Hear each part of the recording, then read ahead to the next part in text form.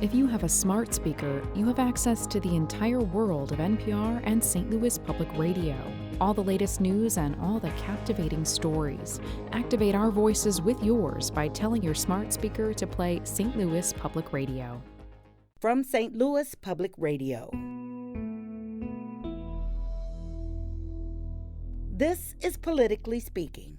Roy Blunt's impending retirement has set off a wild 2022 contest for the U.S. Senate, especially on the Republican side of the aisle.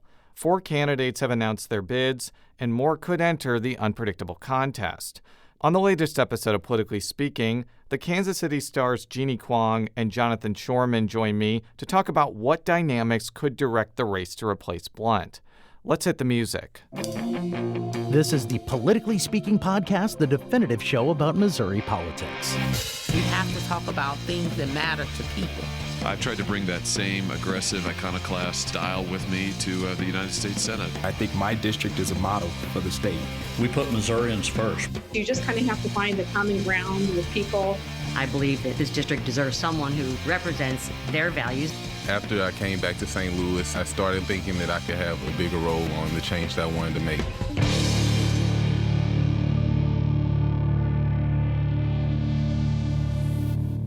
And welcome to Politically Speaking. I'm your host, St. Louis Public Radio political correspondent Jason Rosenbaum.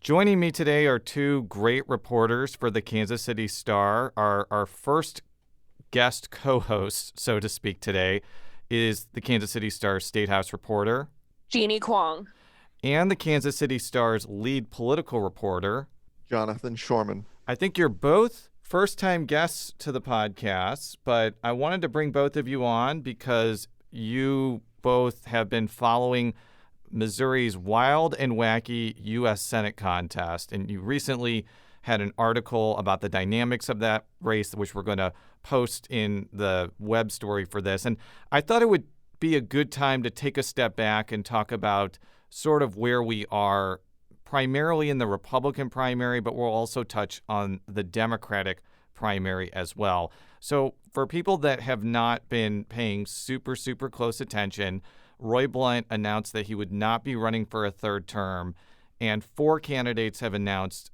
they're running as Republicans. Those are former Governor Eric Greitens, Attorney Mark McCloskey, Attorney General Eric Schmidt, and U.S. Congresswoman Vicky Hartzler. So we're going to start with the candidate that people have been talking about probably the most, and that is Greitens.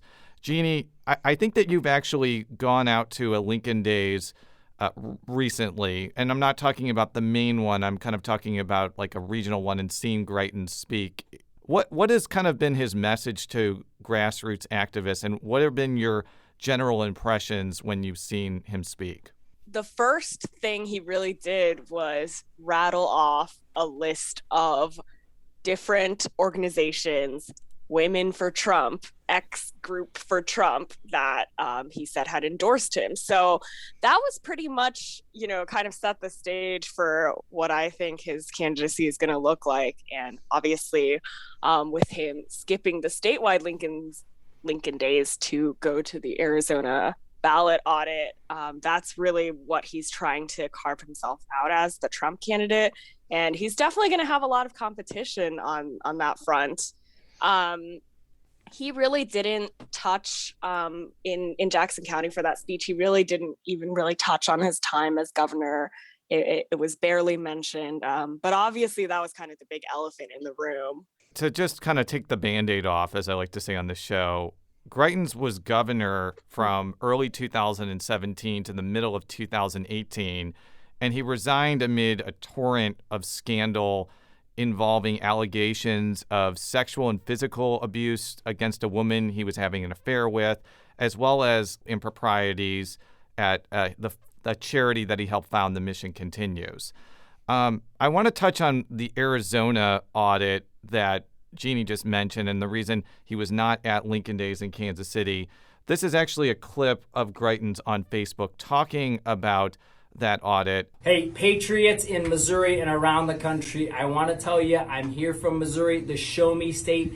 Arizona is showing us what it takes to get to the bottom of the 2020 election. It's incredible what they're doing, and great warriors have made it happen.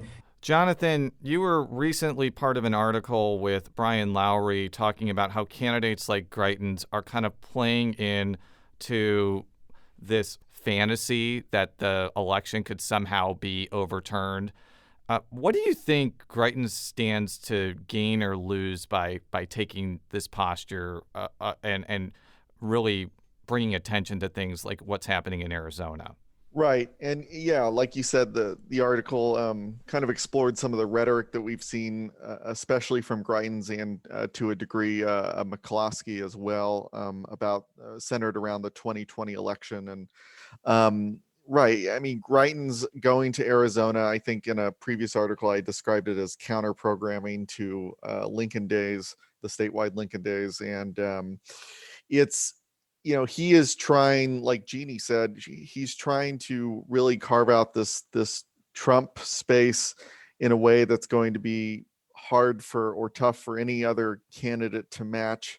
And I think, he is sensing, and not just him, but just a number of Republican candidates even around the country sense that there is a need at some level to really talk up themes of centered around the 2020 election. For a lot of candidates, that kind of manifests itself in terms of code words like election integrity. For Greitens, he's being a little bit more aggressive in terms of actually going to Arizona and at least, hinting or suggesting that somehow it's an open question that, that maybe Trump would, that the results could be overturned or something that obviously is not going to happen. But I think there is a certain core of very hard right, Trump supporting potential primary voters out there that he wants to make sure that he has a super solid lock on. And I think things like the Arizona trip demonstrate that.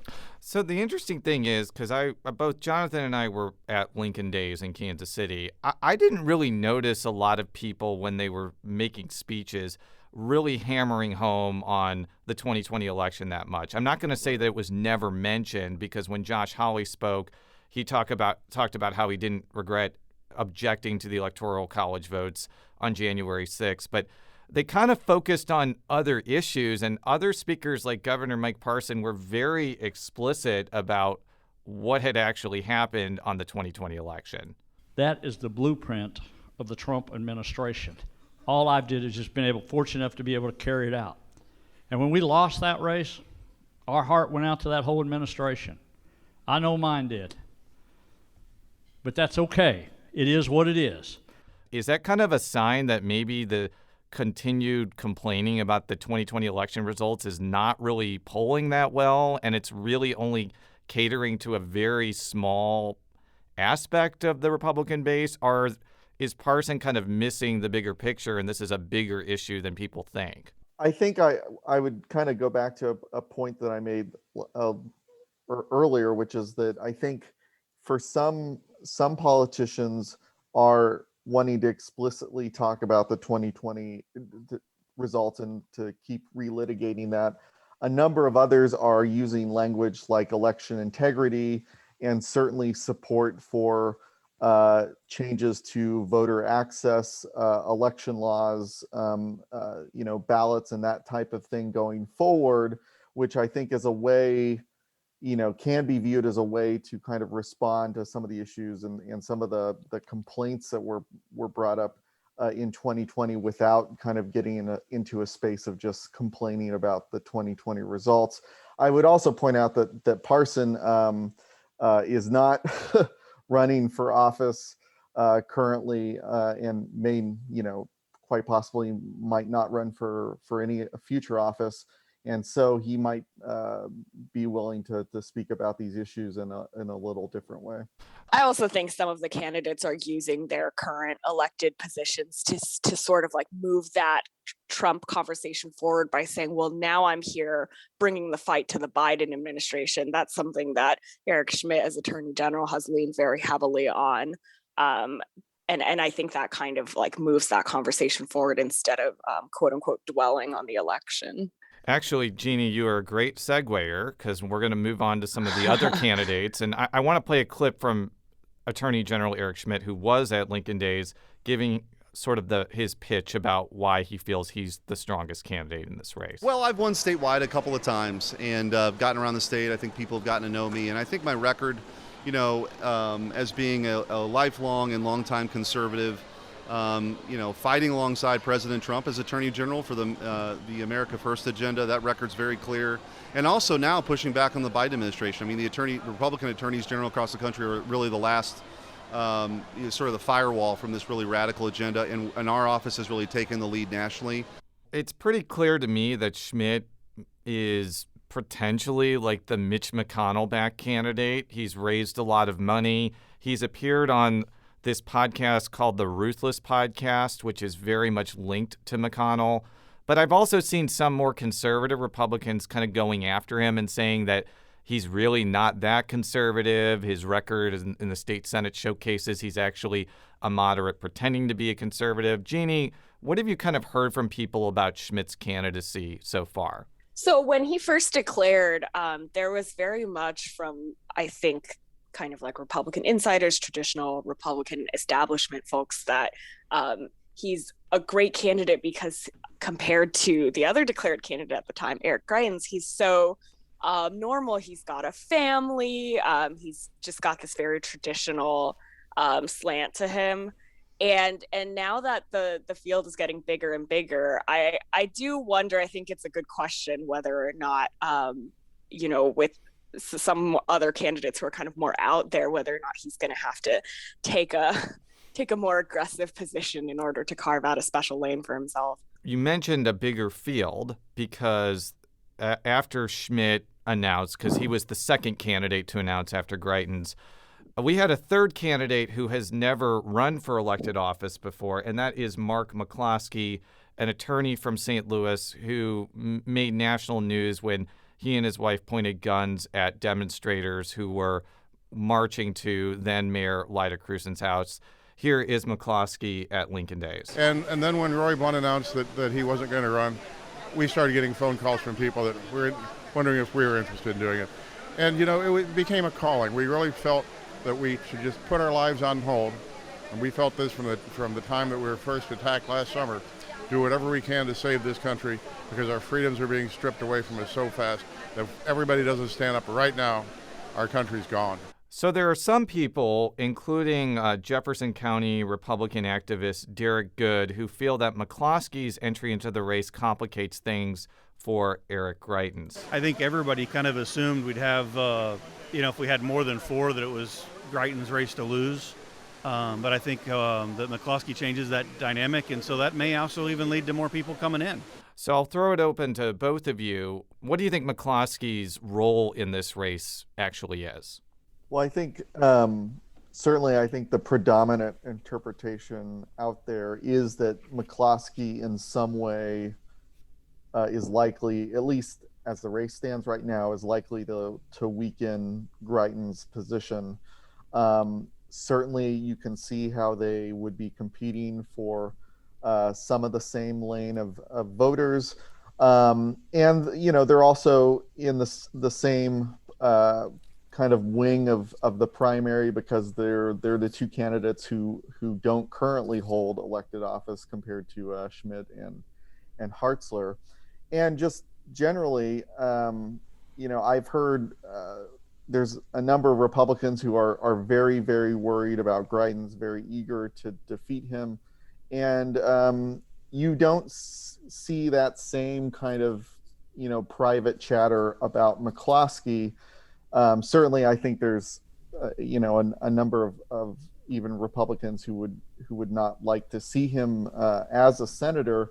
Yet I don't think there's the same level of concern that somehow he would actually win a primary. I think right now it is the kind of consensus view at the moment is that he is, if anything, is drawing support away from Greitens. I heard McCloskey described in comparison to Greitens as the Buzz Lightyear to Greitens is Woody, the shiny new toy. And, Greitens obviously being former governor, his name is really well known. Mark McCloskey got a ton of press last year because of this gun incident in St. Louis. And so in that way too, they're kind of, I don't want to say front runners, but they have a lot of name recognition. And so they're kind of sort of jostling for that top spot in that area too. So the final announced candidate is Congresswoman Vicky Hartzler, who is been in the U.S. House for a little over a decade. And this was kind of her messaging about why she feels she is the strongest person of the announced candidates. Well, I have results. I mean, they have rhetoric, I have results. I've been there in Washington for 11 years now, fighting for our values and getting things done for Missourians. I'm also the only candidate from the western side of the state, the only one with an agriculture background, and that's Missouri's #1 industry. In addition to being the only non-St. Louis candidate, Hartzler is also, as of now, the only woman in the Republican field. What have both of you been hearing about her chances at pulling off a victory in a divided primary? To a degree, Hartzler and Schmidt are, competing right now for the kind of same group of voters. You have, they're both kind of quote unquote establishment. I know that's like a dirty word, but they're certainly both in elected office. I think Hartzler, she does have those kind of bona fides as a social conservative. I'm not quite certain how far that gets you in a world where kind of Trump support is very important for many Republicans. She could be attacked as maybe perhaps an insider or kind of a Washington D.C. Type creature. That those kind of attacks will happen to anyone who's been in elected office for any amount of time.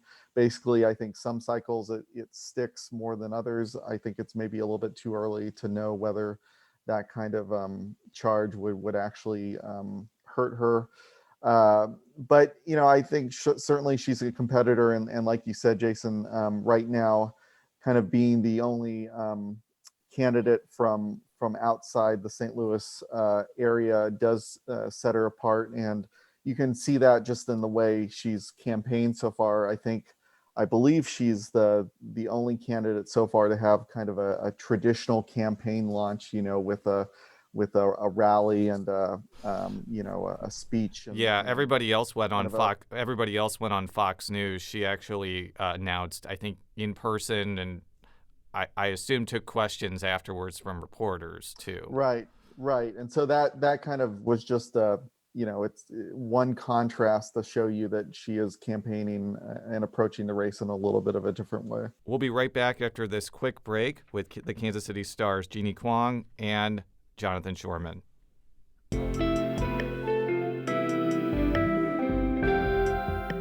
The Gateway brings you the day's news each weekday from around the St. Louis region and the state capitals in Jefferson City. Our schools are accredited.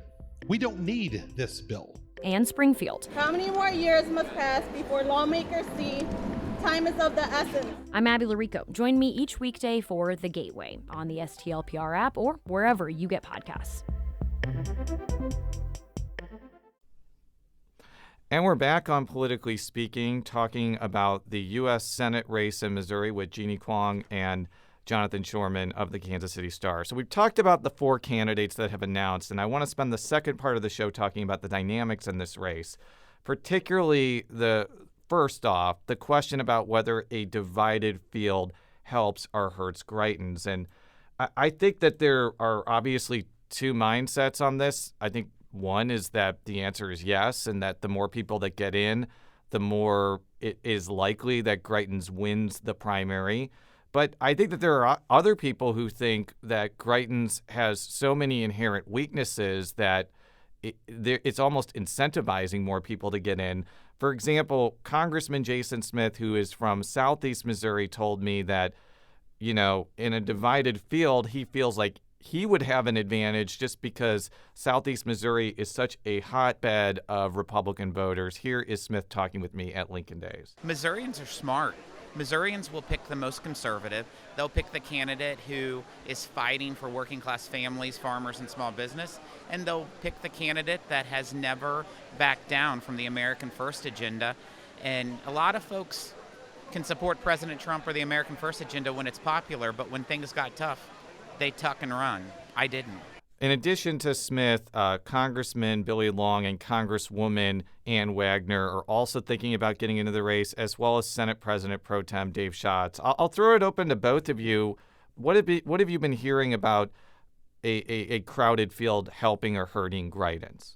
I definitely think a lot of Republicans are feeling like if more and more people get into the race, that it would be easy for Greitens to get a plurality and win the nomination. And that's almost without question their weakest path to actually getting the seat. But at the same time, everyone is pretty eager to say, oh, but, not everyone has gotten into the race yet. And we don't know what's going to happen. And so I think on some level that is kind of defensive. And there are a lot of people who are talking about ways in which Greitens ends up not really mattering at all. But we did see towards the end of the legislative session, some conservatives pushing, potentially sending this Senate race to a primary runoff. Now, of course, the bill sponsor said it has nothing to do with any one candidate, but one can easily see how that would result in Greitens having to face a runoff opponent in the primary and probably not winning that one. Yeah, I'm sorry, but that was all about boxing out Greitens. I'm just not even going to dignify that excuse with the response. Jonathan, what would it say about the other candidates if Greitens ends up winning this primary, even though there are oodles of things based off his scandal in 2018 and before that he can be attacked on? Right. I think it would show that there is an appetite, a very large appetite for the kind of mega world, Trump world type candidate, regardless of the all of the baggage that Greitens comes with, because it would be, it's an extraordinary amount of potential negative ads, oppo material, etc. That if he emerges from this primary the winner, I think it would really underscore that primary voters were thinking about were really thinking about things other than Greitens' past, and that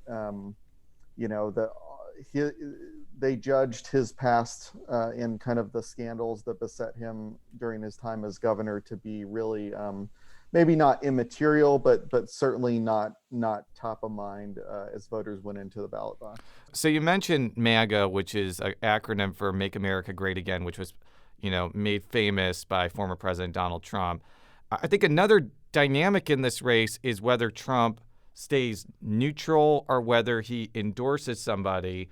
Neither Smith nor Long told me their entry into the race would be dependent on a Trump endorsement. And I actually asked Long about this topic at Lincoln Days. And he may shock the world. He may endorse someone tomorrow, just like he did in North Carolina. My colleague Ted Budd, he shocked the world and endorsed him last week. So Donald Trump's going to do what Donald Trump wants to do. My wife and I went down to Mar-a-Lago, met with him for an hour. We had a big fundraiser down there. They originally put us in a room for 20, and they said, no, we want you in the one that holds 60. And we ended up selling 63 tickets to it, so it was a really successful event. He came in, I auctioned off my MAGA hat that I'd received at the RNC convention at the White House last year, brought $12,000. So I've got a very, very good read. No one has been on the Trump train longer or stronger than me, period. what impact do you think Donald Trump personally could have on the Missouri Senate race? If he were to endorse, I think that could potentially be, a seismic moment in the race. And depending on who it is and at what point in the race, that could effectively, that could be it. That's one scenario. I think, another scenario is Trump doesn't endorse or chooses not to endorse until potentially next summer, right before the primary. And maybe Trump is in his political standing could be much different next year, given the status of various criminal investigations into him personally and his business. If he's facing charges or significant lawsuits, or if he's having financial troubles, that could affect kind of his perception and his popularity in the party nationally, but also in Missouri. So certainly, I think Trump, as he stands right now, endorsing would be a very significant moment in the race. But Trump endorsing a year from now, to me, it's uncertain, because we just don't know what kind of figure Trump will be a year and a half from now. Another person that I think is also being watched closely is Missouri's soon-to-be senior senator, Josh Hawley.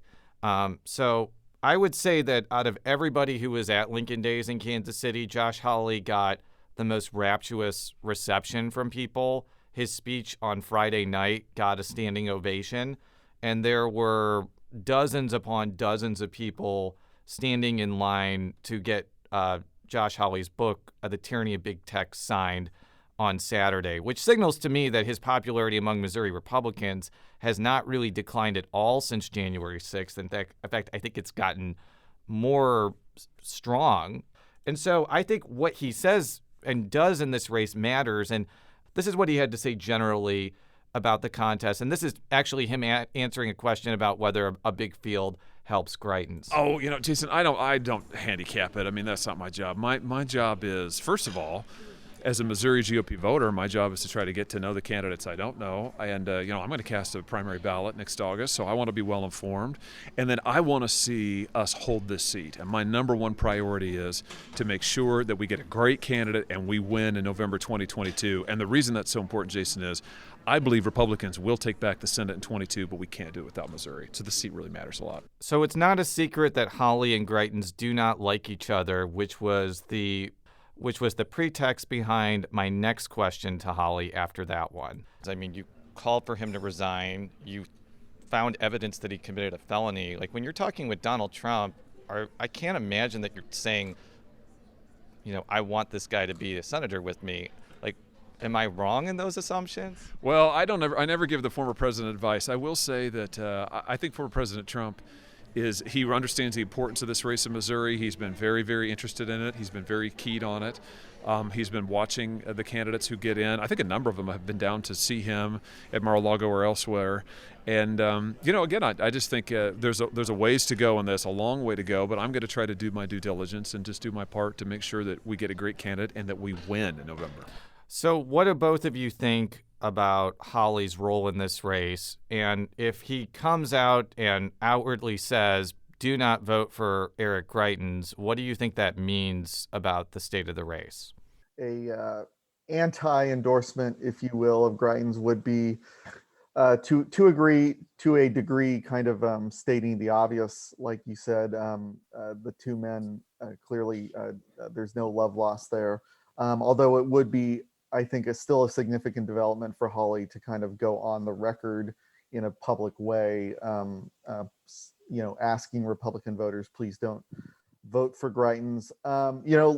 Hawley is a popular official among a number of Missouri Republicans, and I do think a pronouncement like that would be influential.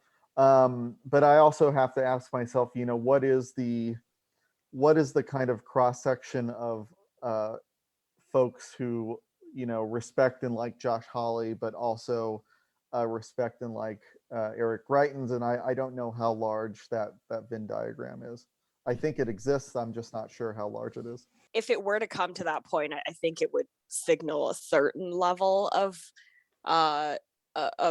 desperation, because they would probably be pretty concerned that he could get the nomination if he were to have to speak out in that situation. I've talked to some GOP insiders who have said that at the moment it seems like nobody's really wanting to outright attack Greitens, kind of just waiting and seeing, if he doesn't make it to the end of the race, they're not going to want to alienate Greitens' potential supporters. So it seems like everyone's kind of still tiptoeing around it for now, and I think somebody coming out and saying that would be a pretty it would just be more than they're currently doing.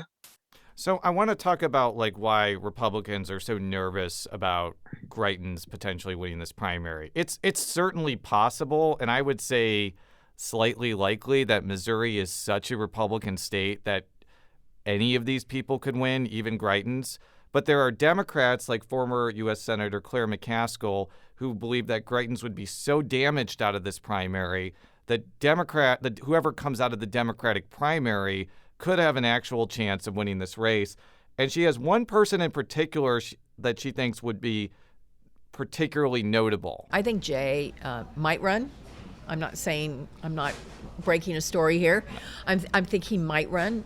I think he, the coalition you have to put together in Missouri is, as you said, it's very tough because you have to just hang the moon in the progressive blue areas of the state, and then you have to cut the margins in rural Missouri. I think Jay can cut the margins in rural Missouri.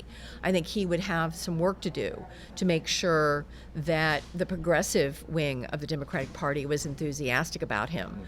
Now, what McCaskill is referring to there is that there's going to be a lot of Democrats in Missouri that aren't going to be that excited about Nixon, primarily because how he responded to the aftermath of Michael Brown's shooting death in Ferguson. On the other hand, I think the fact that McCaskill brought up Nixon unprompted signals that there's a real dissatisfaction with the current Democratic field. What are both of you hearing about Nixon's potential entry into the race, and does it even matter since the state has taken such a hard right turn over the past few years? What I've heard across the board is that Greitens is the only way that the Republicans are weak in the general election. He by far would be, as best as we can tell, the Democratic candidate who could enter the race with the most name recognition, with probably the largest network of possible contacts and supporters and potential donors to draw upon. That said, even for him, it would be, for any Democrat, it would be a uphill battle, even against possibly Greitens, if Greitens were to be nominated. I think you're right, Jason, that there are, he would have to do some work regarding more liberal or more progressive Democrats and kind of shoring up interest and excitement. Although at the same time, the specter of Greitens as the nominee or as a senator rather, I think that could serve to really excite Democrats across the state. I think Nixon, for his part, at least for us, has been, I think, fairly coy and has not really made a lot of public statements about, his interest one way or the other. So I think it's certainly out there that a lot of people are looking at him as a possible candidate. It's not clear to me right now whether he's taking the kind of significant steps you would need to take, and if you're really serious about entering a race. But at the same time, it's still we're still more than a year out, so it's quite possible that he or someone else could could make up their mind here in the nenext few months. My final thought before I let all of us go is I've spent a little bit of time with former Governor Nixon since he's been out of office, and he has not struck me as somebody who is angling to get back into the fray. But I think he may understand that he may have all the tools to run a really well-organized and well-funded race. So I think he has to be giving it some thought, as well as Kansas City Mayor Quinton Lucas and State Senator Brian Williams of University City have also put their names out as potential Democratic candidates. But I want to thank both of you for talking about this contest in depth. We'll have you back on the podcast in the coming weeks and months. For all of our stories, go to stlpr.org. For all of the Kansas City Star stories, kansascity.com. Politically Speaking is a product of St. Louis Public Radio, which is part of the University of Missouri St. Louis. Follow me on Twitter at @Rosenbaum. Jeanne, how can people follow you on Twitter? At Jeanne Kuang. And Jonathan, how can people follow you on Twitter as well? Yeah, at John Shorman, JONSHORMAN. Thank you very much, and until next time, so long.